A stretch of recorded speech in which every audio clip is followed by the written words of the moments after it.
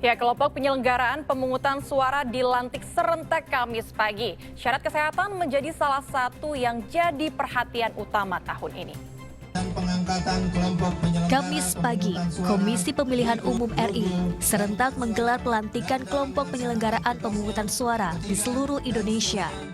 Belajar dari pengalaman di 2019, syarat KPPS kini ditambahkan batas usia maksimal, yakni 55 tahun. Pasalnya di pemilu 5 tahun lalu, banyak petugas yang sakit, bahkan meninggal, karena kelelahan dan punya penyakit bawaan.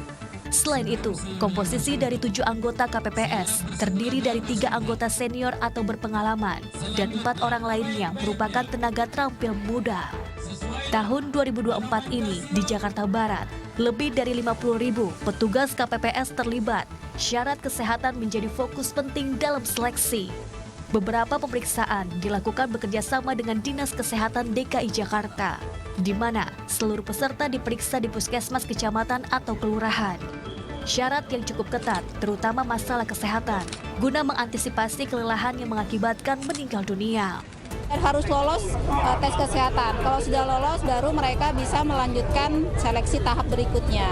Banyak orang yang mendaftar tapi tidak lolos secara kesehatan, yaitu misalnya ada gangguan penyakit komorbid, gula darah, tekanan darah tinggi, dan sebagainya.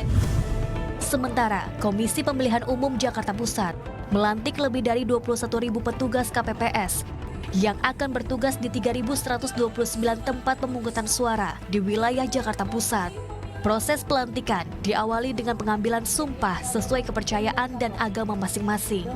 Lalu diikuti dengan penandatanganan fakta integritas dan berita acara pelantikan, hingga penyematan tanda pengenal bagi petugas KPPS. Ketua KPU Jakarta Pusat, Efnia Diansyah, mengungkapkan lebih dari 21.000 petugas kelompok penyelenggara pemungutan suara resmi dilantik oleh Komisi Pemilihan Umum Kota Jakarta Pusat pada hari ini. Nantinya, 21.000 petugas KPPS tersebut akan bertugas di 3.129 tempat pemungutan suara yang ada di wilayah Jakarta Pusat. Belajar dari pengalaman dan juga dengan segala sesuatu yang sudah disiapkan, maka rekrutmen di tahun ini untuk pemilu tahun 2024 kita lakukan terbuka dengan berbagai kriteria yang tentu saja yang diutamakan itu adalah pengetahuan terkait kepemiluan.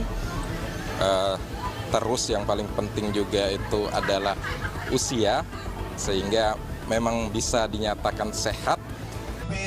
Sementara itu, guna mengantisipasi terjadinya hal-hal yang tidak diinginkan, KPU Jakarta Pusat mengaku telah bekerja sama dengan pihak Sudin Kesehatan yang akan memantau langsung kondisi kesehatan para petugas KPPS, mulai dari proses rekrutmen hingga hari H pencoblosan.